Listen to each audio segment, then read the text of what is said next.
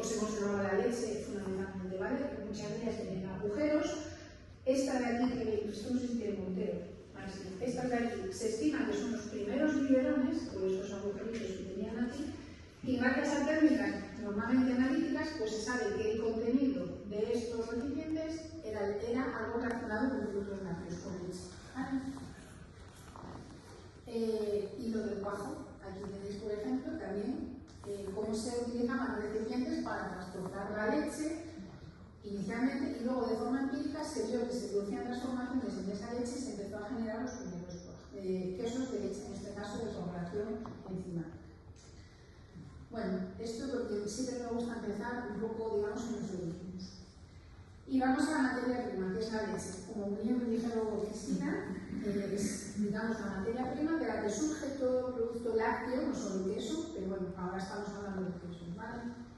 Tiene su definición, qué es lo que es un producto, por lo menos el que se pone a la venta comercial, no alterado ni adulterado, sin calostros, del ordeño, higiénico, regular, completo y interrumpido de hembras mamíferas domésticas, sanas y bien alimentadas. Evidentemente esto es fácil cuando la cuestión es lechera, cuando son vacas de carne la cosa se complica bastante más.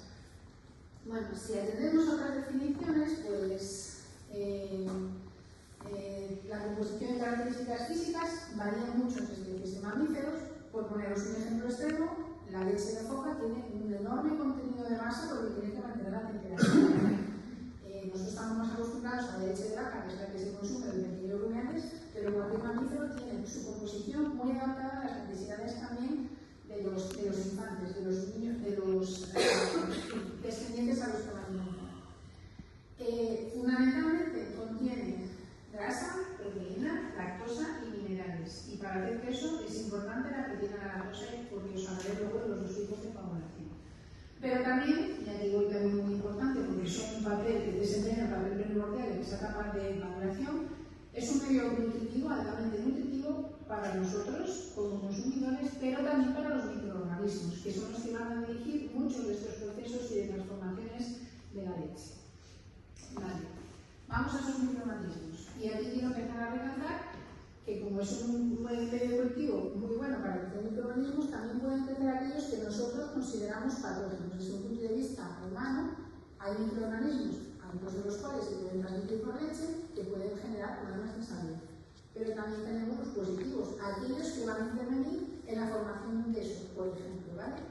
Fundamentalmente bacterias lácticas, pero otro tipo de bacterias que son importantes en quesos con otras características y que son los que van a constituir al final los que van a trabajar para transformar esa leche o los componentes de la leche en el queso. Y también no nos olvidemos de los mohos y las levaduras. Vale, proteína. ¿Por qué es importante la proteína a la hora de hacer un queso? Aquí estáis hablando de los diferentes procesos y de los diferentes pasos que vosotros hacéis para coagular esa leche, ¿vale? Bueno, pues en la coagulación es muy importante la proteína. Hay dos tipos, se llaman proteínas de suelo, que básicamente son los que están en el suelo, que es una solución acuosa, que es agua. Son de este tipo, no voy a atender mucho más a ellas. Y luego están las caseínas. La cuajada fundamentalmente está realizada de caseínas, ¿vale? Hay varios tipos también. Y aunque sea un poco extraño, os quería presentar cómo se organizan en la leche, ¿vale?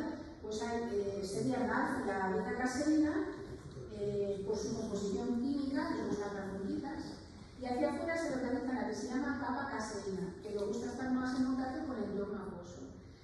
Esta estructura se llama submicela, esta parte de aquí, y luego varias submicelas forman una micela más grande y están estabilizadas por estos puentes que veis aquí, que son, pero lo tengo aquí, de fosfato de calcio.